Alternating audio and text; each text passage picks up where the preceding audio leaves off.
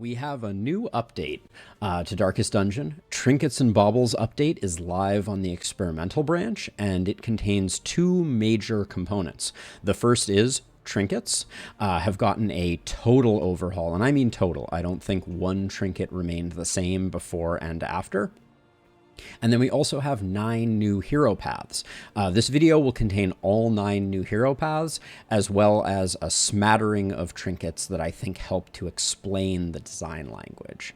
But at a very high level, they have brought back this second paragraph, the Trinket Design philosophy. They have brought back the trade-offs that were all too common in Darkest Dungeon 1. So almost all your pluses are going to come with a minus, and they've tried to increase the impact of the top-end trinkets to be more in line with you build a run around them. They're so transformative and so strong that you're like, yes, having this changes the way that I play my run.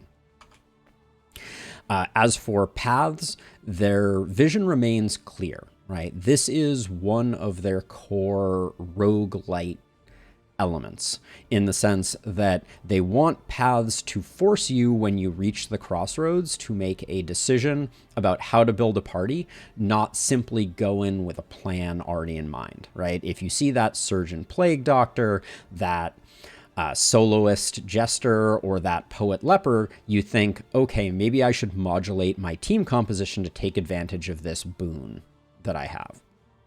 So that's the vision. I think it is working well, and I think these new paths do a good job of helping with that. So, as I said, 9 new hero paths. We'll go over all of them in like 2 more slides, give or take. The Highwayman's Take Aim now has a 1-round cooldown. I'm a little sad about this, but I totally understand, you know, you could really bide time just stacking up crit tokens and then be very explosive with the Highwayman, and I think that needed to be adjusted. And then Highway Robbery and Highway Robbery Plus are now considered melee skills. I'm not sure how this impacts things, but only time will tell.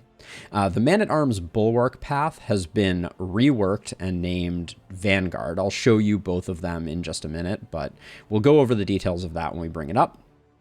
And then Occultist, Binding Shadows and Binding Shadows Plus, launch rank changed to 1, 2, 3 as opposed to 2, 3, 4. It's a bummer that we don't have a melee attack in the 4 spot anymore, coming from Binding Shadows. That was one thing I really liked about it. Also, the Ritualist Path no longer increases Sacrificial Stab. This is very sad.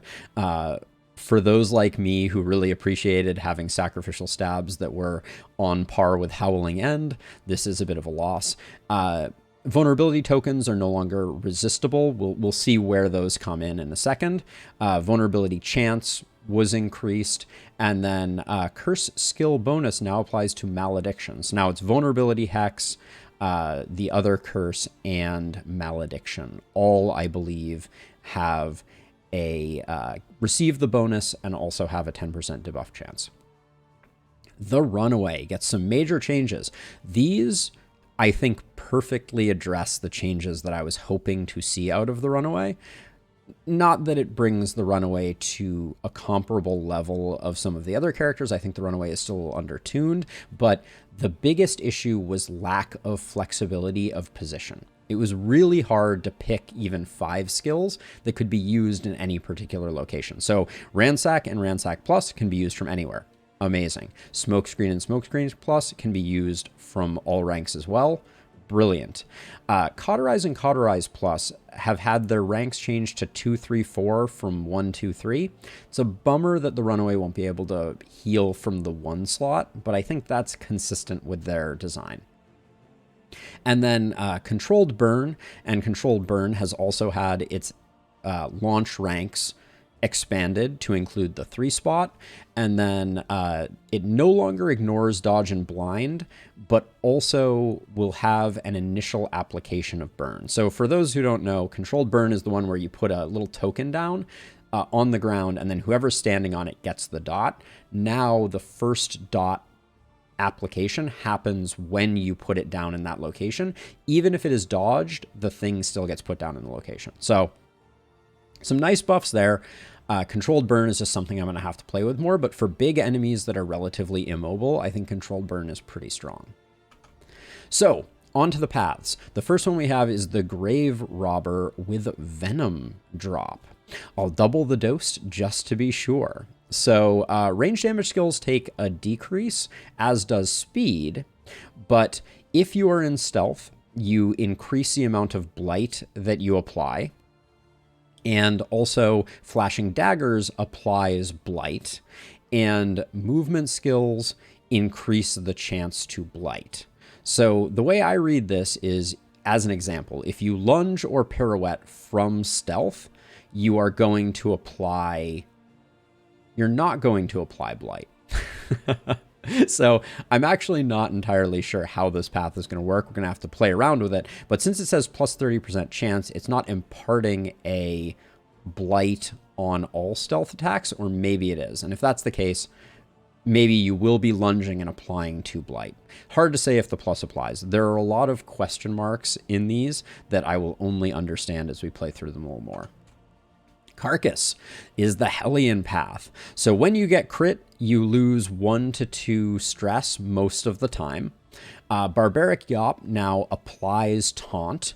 Wicked Hack removes defend. And every turn you get an exhausted, and every exhausted you get has a 75% chance to give you a defend. This one is weird. This is like the hardcore tank. It goes with the, the again, I can take it type of thing, but basically you're going to be doing very little damage. You're going to be focusing maybe on combo application from breakthrough, perhaps. You're almost always going to be double or triple winded. I played around with this one just a little, and I was hitting for 0 with Wicked Hacks with some regularity. So interesting one, appears to be the tank spec for the Hellion. Yellow Hand is the Highwayman path. Let's go another round then. So apply on melee hit, melee skills minus 10% bleed resist. So great synergy with Jesters and Hellions that are bleeding. You can debuff something's bleed resist. You have more hit points. Your range skills are nerfed into oblivion.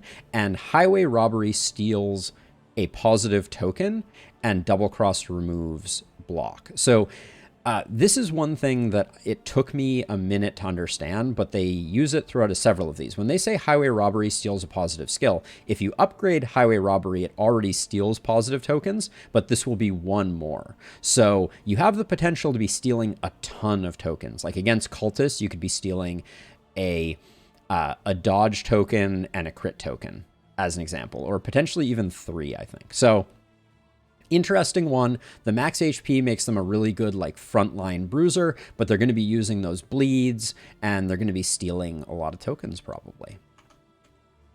Intermezzo, the Jester path. Let's keep this melody moving. So this is a really interesting one. So first of all, song skills add bleed. So that means, I believe, Echoing March will be adding bleed, Finale and Solo will all be adding bleeds. And then also Inspiring Tune adds stress resist. So all of those seem really good. I think Finale with a bleed is insane, because it means that you can hit them with the Finale, and then if they're put on Death's Door, the bleed can potentially kill them. Then additionally, Battle Ballad and Play Out now have a 10% crit chance or 20% improved dodge chance, strength chance, or block chance. So I think that adds up to 100%. So Battle Ballad is going to be imparting 1 of these additional tokens, I think. So very interesting. I'm excited to play with Intermezzo. I think that it will be a fun build where while you're waiting for cooldowns on Solo and Finale, you're using Battle Ballad to buff. I think there's something there. The Monarch Leper. When I saw this one, I was profoundly confused. So one rule one must learn to serve. So less HP and less damage. And then your target Purge and Intimidate add vulnerable.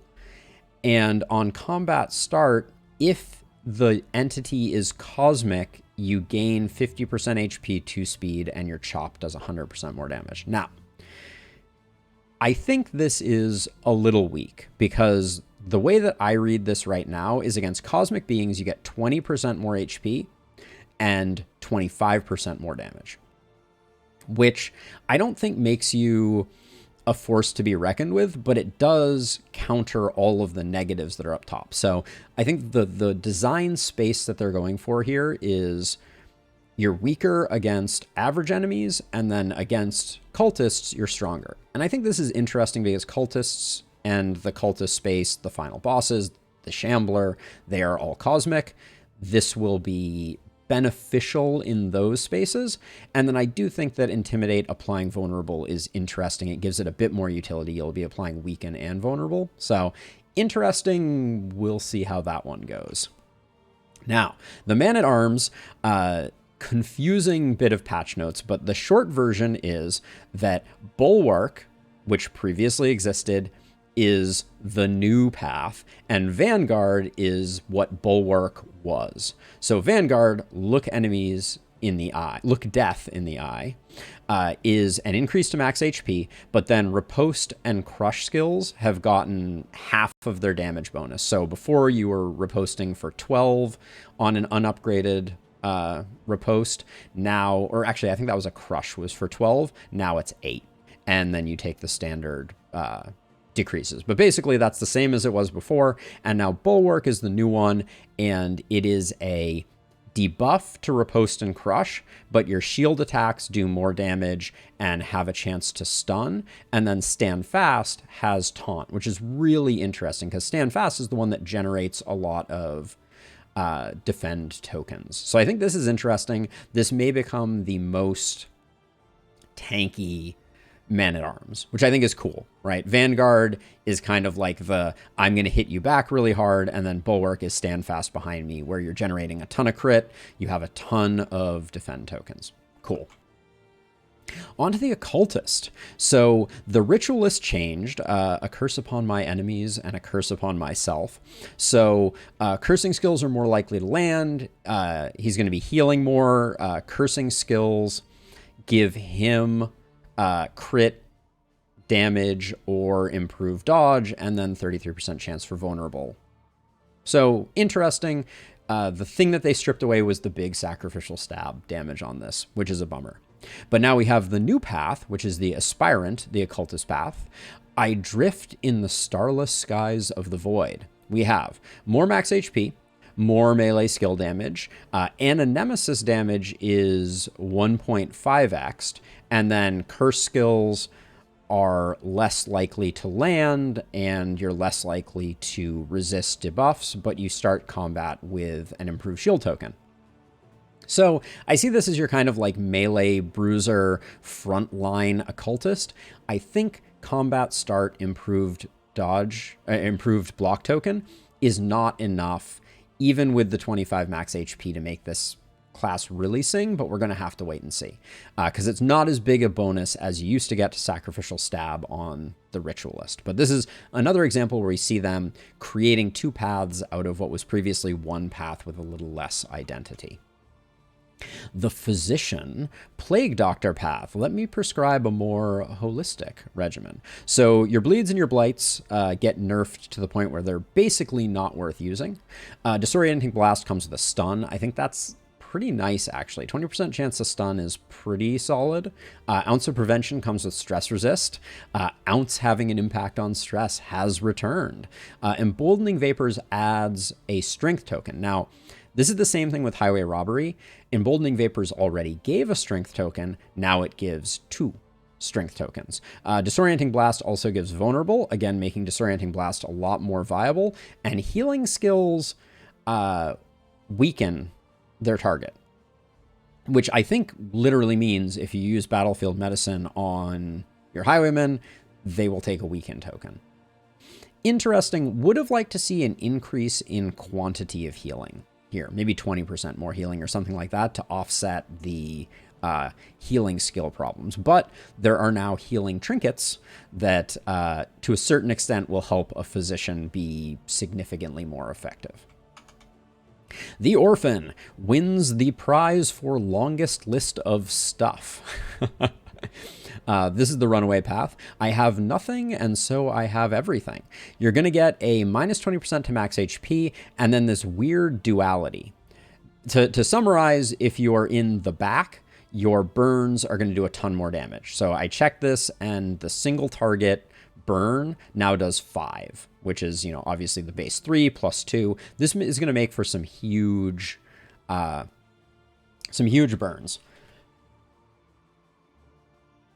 Excuse me. And then in the front rank, you do a bunch more damage. And if you apply Firestarter to a character, they also get crit. That one, I think, is pretty huge. Because it means that if you have someone who has caltrops, you have the librarian's crit causes fire. You're going to be able to guarantee crits with this. And on top of that, if you're sitting in the back row, you're going to be dealing out like 6-point fires, or if you're in the front row, you're going to be hitting pretty darn hard. I think the Runaway is very interesting, very flexible. I'm very curious to see where this one goes. Now, bunch of UI changes. I won't go over all of these, but they're tweaking the way that, you know, affinity buffs show up. There were some minor issues with hero paths and upgraded skills. You know, and then just a variety of things. If you want to take a quick pause, take a look at these. This video is already reasonably long, so I'm not going to go through all these, but most of these are just changes to visuals. Things like added disease gained pop-up text when coming from a quirk. You know, those types of things are useful, but nothing wildly impactful here. Fixes. The Gordian node Final Combat no longer has a ward of city currency. I think that's fine. Cleaned up some VFX, some soft lock issues. Nothing too crazy here. Fixed an issue where the Almanac, the Shroud, appeared twice, and the Almanac, the Tangle, wasn't appearing at all. Seems good. I don't think I've taken Almanacs too many times. Trinket system change. So, massive trinket changes, see list below. There is a full list available on the Discord. Speaking of Discords, I have taken that list and converted it into a spreadsheet that will be available in the Darkest Dungeon channel on my Discord. If you're interested in seeing all of the trinkets, I would recommend joining my Discord, link down below. Let's see. Region trinkets now appear in their respective regions. So I think this is interesting. This basically just means that there's going to be more incentive to go to different places to get your build off the ground. Field hospitals no longer sell trinkets. That seems fine. And then they tweaked the difficulty on a couple of the shrine challenges. It's been so long since I did shrines. I don't know. But I think it's good that they're continuing to tweak the story. Quirks. Slayer of Fishfolks had an incorrect banter effect.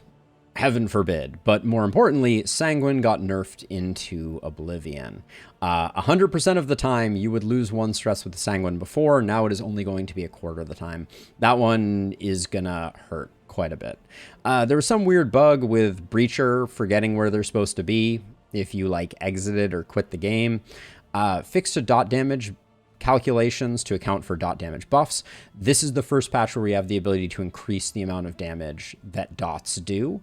And so I guess there were some issues with that.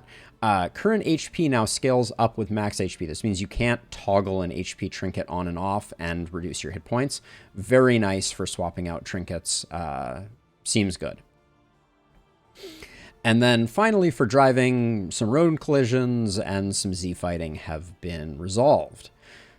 So with that, let's talk a little bit about Trinket Design, and I'm going to have another video coming out soon with more of a complete look. I may do a bit of a tier list, talk about all of the trinkets, but for now, I just wanted to get some of them. By the way, what you're seeing here are screenshots from that Google Sheet that I made that contains all the trinkets. So if you're interested in seeing that, that's the place to find it.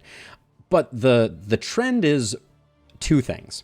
So it is the step from the medium to the high is much, much larger. So those greater charms, whatever they happen to be, are going to be really, really good.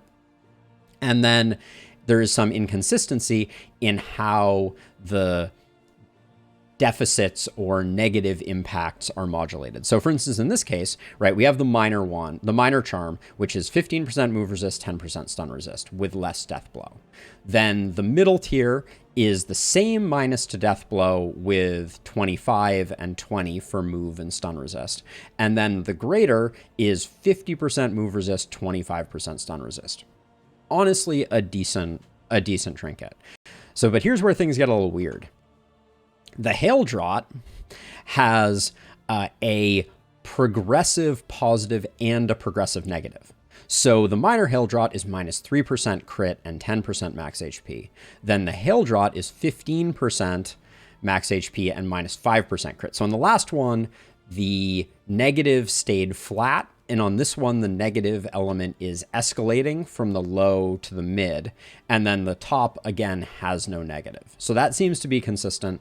The top one always doesn't have a negative, and we're getting 2% more buff out of the greater Hail Draught. Now, just to get even weirder, we have the minor heat shield, where the burn resist scales 20, 33, 50 now, but the blight resist goes 15, then it goes down to 10, making the heat shield objectively better than the minor heat shield, and then obviously the greater heat shield is very beneficial. But basically, we now have all three represented, and from my opinion, I chose this one to be the final one that I showed because I think this is the way it should go. You should be objectively happier to have a heat shield than a minor heat shield.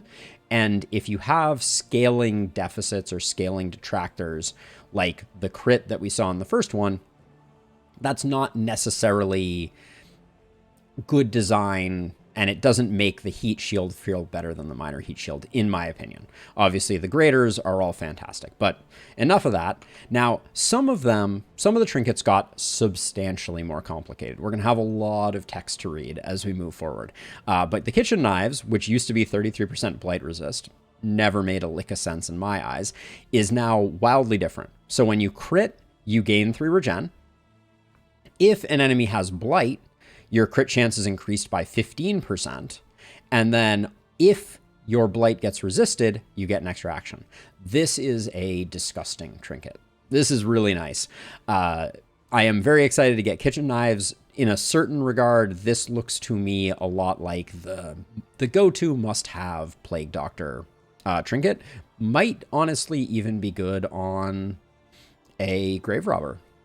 Who knows? And then the really big transformative stuff comes in the form of the Cultist trophies. So all of them are still paired with a Dark Impulse. That hasn't changed, but the swings are much, much larger. So for instance, Misstep here used to be 40% max HP. Now it is 75% max HP minus 50% damage. So big up, big downside. Temptation used to be 15% death blow resist, an absolute snooze. Now on round start, you get an extra action 50% of the time, but your death blow is near 0. Really living up to that temptation moniker. But both of these are interesting and unique enough that I might actually equip them. 2 more, just to round out the list here. Idle Thought used to be 50% burn resist, could not have cared less. Now it is 100% more damage, minus 30% per round. So this is a cool trinket, because basically this means for the first 3 rounds of the fight, you're damage positive, and if the fight languishes beyond that, you are losing damage progressively until your character can't do anything. But you put this on someone who can hit pretty reliably, like a Highwayman is the person that I'm primarily thinking. You get that first point blank shot that is going to be disgustingly huge, and then the fight should be over by round 3 almost every time. And if it's not, then the downside starts to come in, which I think is really a really cool design space. And then last but not least, we have the Silent Treatment. Used to be 33% debuff resist, which I have to look more closely, but debuff resist has become a lot harder to come by in the new trinket pool, which I think is a bummer for the Leper, because I think there was interest in building a leper so that they resisted the blinds. But anyways, now this is round start stealth token 2/3 of the time. If in stealth, 50% crit. If not in stealth, take double damage. So cool. Such an interesting trinket to play on a grave robber, I think, although might be absolutely disastrous. But anyways, that right there is 0.14.35458. The Trinkets and Baubles update for Darkest Dungeon 2. If this was at all useful or interesting to you, I would highly encourage that you join the Discord. We're always chatting about Darkest Dungeon news and that sort of stuff, and our own strategies, what's worked for us, our successes, our failures. And then please toss a subscription to this channel if this is the kind of stuff that you're into or you're interested. And other than that, have a wonderful rest of your day, and thank you for watching. Very excited about the new patch. Bye.